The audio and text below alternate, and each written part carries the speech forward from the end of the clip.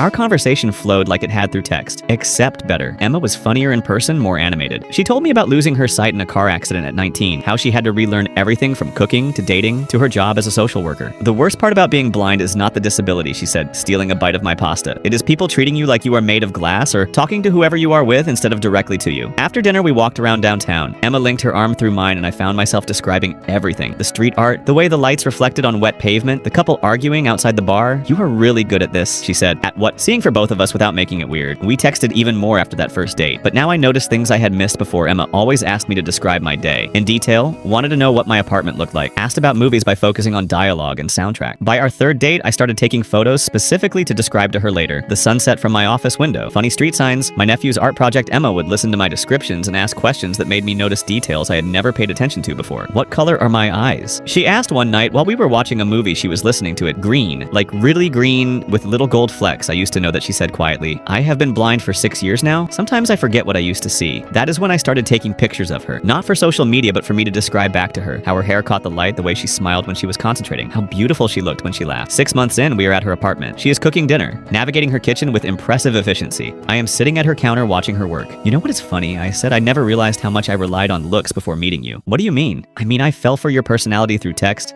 then fell harder for who you are in person. Your looks were just bonus points, I guess. She paused holding the wooden spoon. That might be the most romantic thing anyone has ever said to me. Really, because I have been thinking about telling you. I love you for like 3 weeks now. Emma turned toward my voice, wooden spoon still in hand. Marcus, yeah, I love you too. Also, I think I just burned the garlic because you distracted me. We ordered pizza that night. Emma fell asleep with her head on my shoulder while we listened to a podcast. I stayed awake describing the way the moonlight came through her window even though she could not hear me. The next morning, she woke up first and made coffee. When I found her in the kitchen, she handed me a mug and said, I dreamed about colors last night. Have not done that in years. What color blue? The color you said the sky was yesterday when we were walking. I am planning to propose next month. Emma does not know, but I have already talked to her sister about taking engagement photos. Not for Emma to see, but for me to describe to her later, so she can know exactly how happy she looked when she said yes.